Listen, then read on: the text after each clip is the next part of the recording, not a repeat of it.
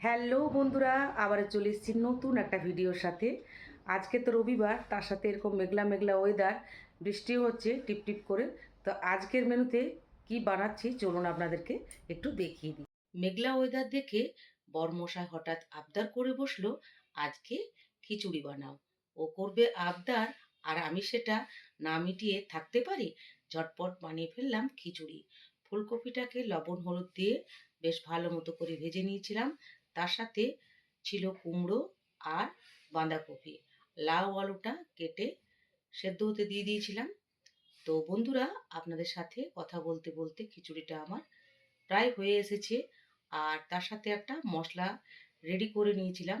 সর্ষের তেলের মধ্যে দিয়ে দিয়েছিলাম কেটে রাখা পেঁয়াজ, টমেটো আর আদা রসুনের পেস্ট, জিরের গুঁড়ো, ধনের গুঁড়ো আর একটু ক্যাপসিকাম।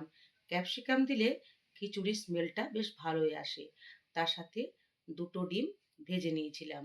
গরম গরম খিচুড়ি আর ডিম ভাজা। ভিডিওটা এই পর্যন্তই। ধন্যবাদ।